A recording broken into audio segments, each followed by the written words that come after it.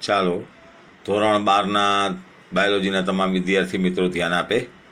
આપણે પ્રકરણ 6 ચાલુ છે અને એના 11 પ્રશ્ન પૂરા થઈ ગયા છે. આજે આપણે 12મો પ્રશ્ન શરૂ કરવા જઈ રહ્યા છીએ. આરએનએ વર્લ્ડ, આરએનએ વિશ્વ, અથવા પ્રશ્ન લખી નાખજો, આરએનએના મુખ્ય ગુણધર્મો સમજાવો. આરએનએ કેવું છે આપણે જાણીએ છીએ, અત્યાર સુધી ચર્ચા કરી અને એમાં નક્કી થયું કે ભાઈ ડીએનએ છે એ મુખ્ય જનીન દ્રવ્ય છે. પહેલી જ લીટીમાં લખ્યું છે, પૂર્વવર્તી ચર્ચાઓ પરથી પ્રશ્ન ઉત્પન્ન થાય કે પ્રથમ આનુવંશિક દ્રવ્ય કયું છે, તો કે ડીએનએ છે. આરએનએ છે એ જનીન દ્રવ્ય નથી, આનુવંશિકતા નથી લઈ આવતું, પણ આરએનએ શું કામ કરે છે, એના લક્ષણો કેવા છે, એના ગુણધર્મ કેવા છે એ આપણે જોઈએ. અહીંયા 1 નંબર, આરએનએ છે એ ખાસ ધ્યાન રાખો, ભાષાંતર કરે છે. ભાષાંતર એટલે કે પ્રોટીન સંશ્લેષણ કરવા માટે જે અક્ષરોની અદલાબદલી કરવાની આવશે, આગળ ટોપિક આવશે, એ ભાષાંતર આરએનએ દ્વારા થાય છે. આરએનએ છે એ જનીન સંકેતનું ભાષાંતર કરશે તો પ્રોટીન સંશ્લેષણ થશે. એટલે પ્રોટીન બનાવવા માટે આરએનએ જરૂરી છે. આનુવંશિક દ્રવ્યો, આનુવંશિકતા લઈ આવવા માટે આરએનએ નહીં. પેલું કામ ભાષાંતર કરે. બીજું કામ ઉત્પ્રેરક તરીકે વર્તે છે. મેં 3 શબ્દ આની પહેલાંના પ્રશ્નમાં સમજાવ્યા છે. ઉત્પ્રેરક જૈવ રાસાયણિક પ્રક્રિયાઓને વેગ વધારવાનું કામ કરે છે. એ આરએનએનો મુખ્ય ગુણધર્મ છે. અને ત્રીજો ગુણધર્મ છે આરએનએનો કે આરએનએ વધુમાં વધુ ડીએનએ કરતાં પ્રતિરોધી છે. કારણ કે ડીએનએની અંદર બેવડું કુંતલ છે. સમારકામ માટે, પ્રક્રિયાઓના વિકાસ કરવા માટે, પરિવર્તનો પ્રત્યે પ્રતિરોધી દર્શાવે છે. 3 લક્ષણો આરએનએના આપણે જોયા. ટૂંકાણની અંદર આપણે કહીએ તો 1 નંબર, આરએનએ ભાષાંતર કરાવે છે. ક્યારે? તો કે જ્યારે પ્રોટીન સંશ્લેષણ કરવું હોય ત્યારે. 2 નંબર, આરએનએ ઉત્પ્રેરક તરીકે કાર્ય કરે છે. 3 નંબર, આરએનએ અને ડીએનએ પ્રતિરોધી તરીકે કાર્ય કરે છે. તો આરએનએ વર્લ્ડ, આરએનએની લાક્ષણિકતાઓ એ તમને ક્વેશ્ચન 12ની અંદર સમજાવવામાં આવી છે. ક્વેશ્ચન 13 બહુ મહત્ત્વનો પ્રશ્ન છે, જ્યાં સ્વયંજનન લખ્યું છે. પ્રશ્ન લખો, સ્વયંજનન શું છે અથવા એટલે શું? અર્ધ રૂઢિગત પરંપરા, નીચે શબ્દ લખ્યો જ છે, નીચે શબ્દ લખ્યો છે. અર્ધ રૂઢિગત પરંપરા જણાવી. વૈજ્ઞાનિકનું નામ છે મેસેલ્સન સ્ટાલ. એનો પ્રયોગ સમજાવો. આપણે 3 વસ્તુ આ પ્રશ્નમાં કરવાની છે. સ્વયંજનન કોને કહેવાય, અર્ધ રૂઢિગત પરંપરા એટલે શું, અને આ વૈજ્ઞાનિકનો પ્રયોગ મેસેલ્સન સ્ટાલનો સ્વયંજનન સમજાવતો પ્રયોગ. ચાલો પહેલાં આપણે સ્વયંજનન શું છે એ સમજી લઈએ. શબ્દ જુઓ, સ્વયંજનન.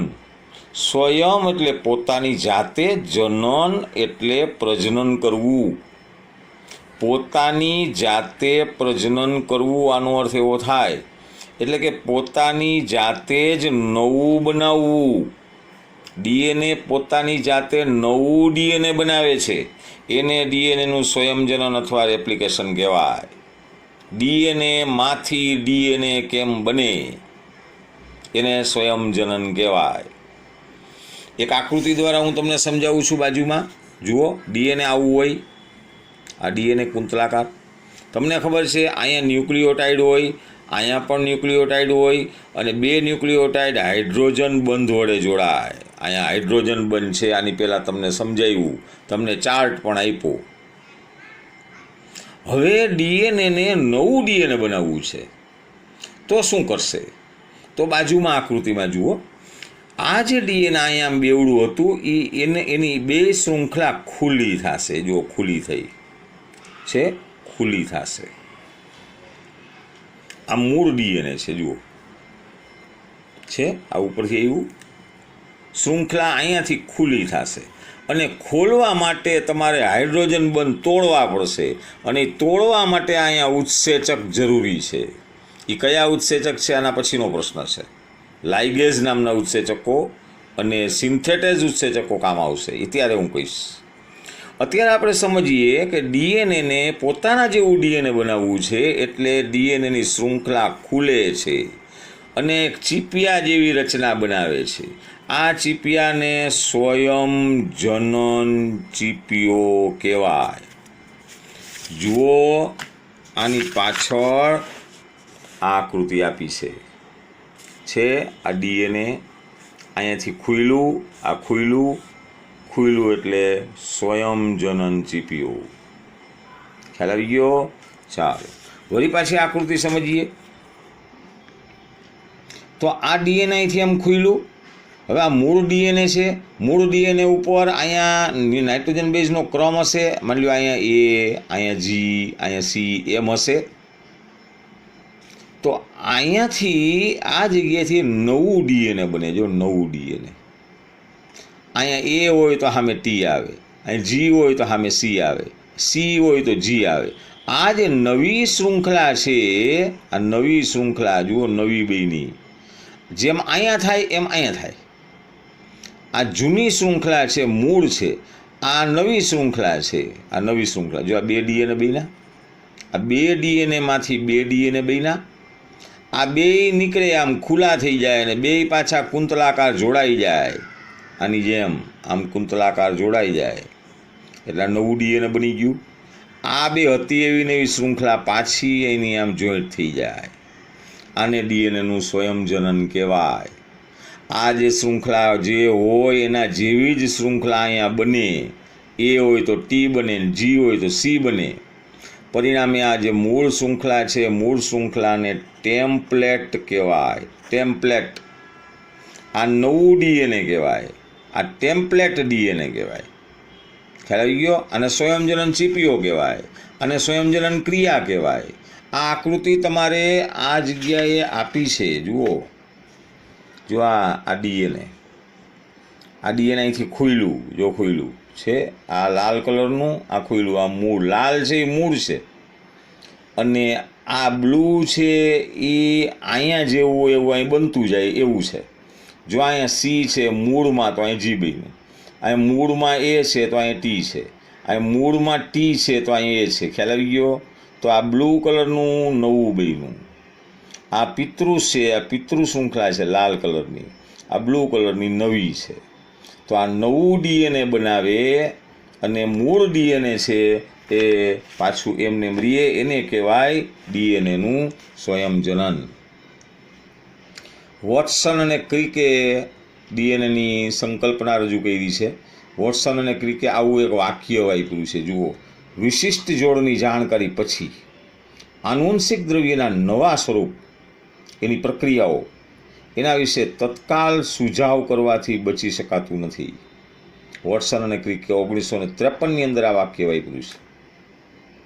ચાલો, આ જે ડીએનએનું સ્વયંજનન થાય એમાં આ એક વાક્ય બહુ મહત્વનું છે. એમાં ડીએનએ અણુનું એક પિતૃનું ડીએનએ હોય. અહીં જો પિતૃનું ડીએનએ હોય છે લાલ કલરનું અને એક નવી શૃંખલા હોય. આમાં એક પિતૃનું હોય, એક નવી શૃંખલા હોય. ખ્યાલ આવી ગયો? એકમાંથી બે ડીએનએ બન્યા. જો આ બે ડીએનએ કેમાંથી? એકમાંથી. આ બે બન્યા.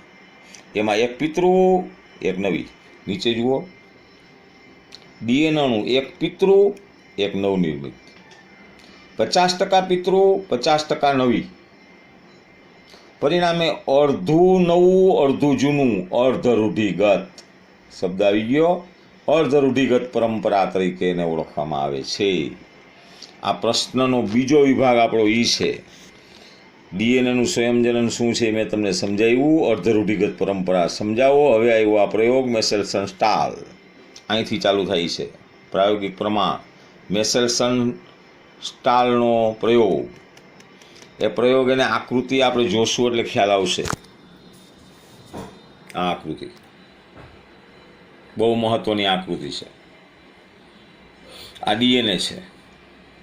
ડીએનએને એને બે દ્રાવણ બનાવ્યા છે.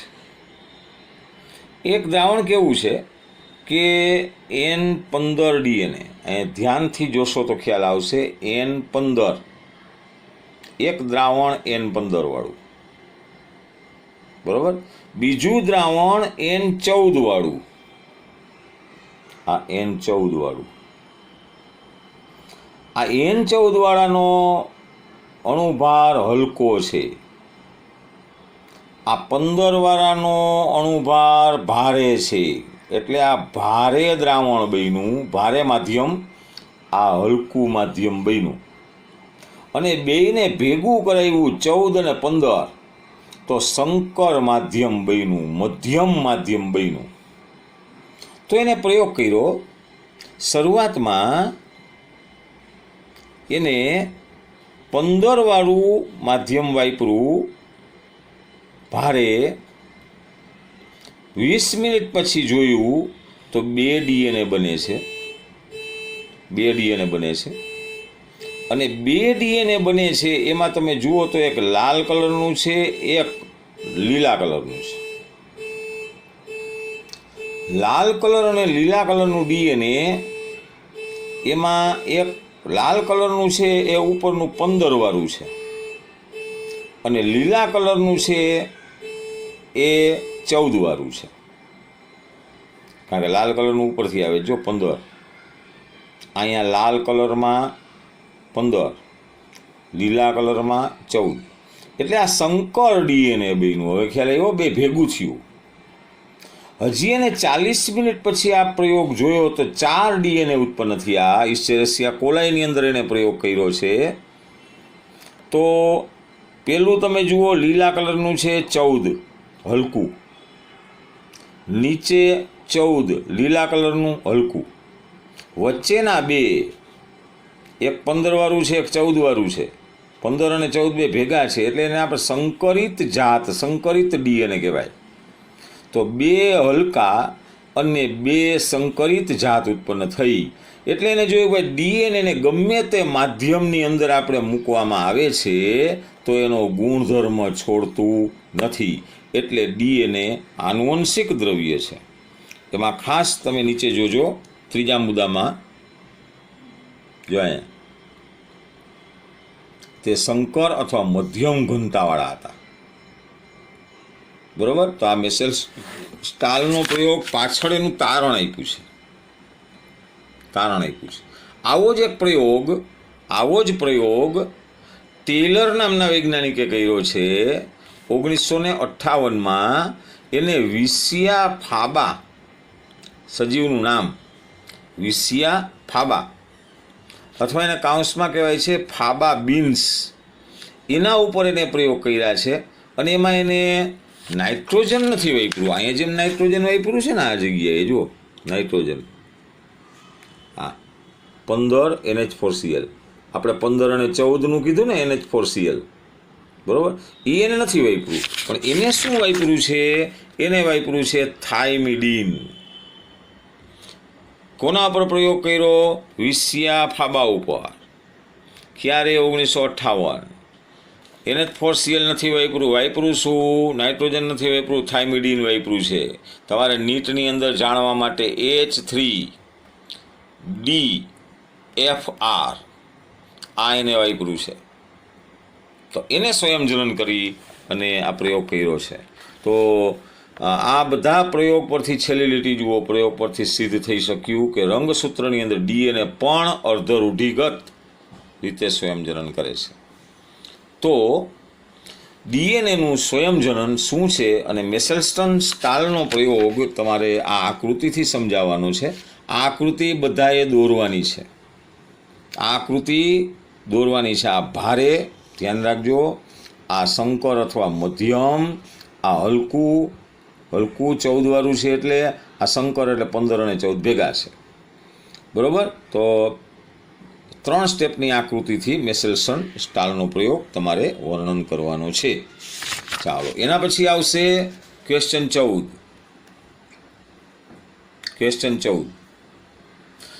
ડીએનએના સ્વયંજનનમાં ઉપયોગી ઉત્સેચકોની કાર્ય પદ્ધતિ સમજાવો. કયા કયા ઉત્સેચકો ભાગ લે છે? મેં તમને આની પહેલાં સમજાવ્યું કે બે પ્રકારના ઉત્સેચક છે. એક ડીએનએ પોલિમરેઝ અને બીજું ડીએનએ લાઇગેઝ. બે ઉત્સેચકો. આ જગ્યાએ ડીએનએ પોલિમરેઝ શું કામ કરે છે?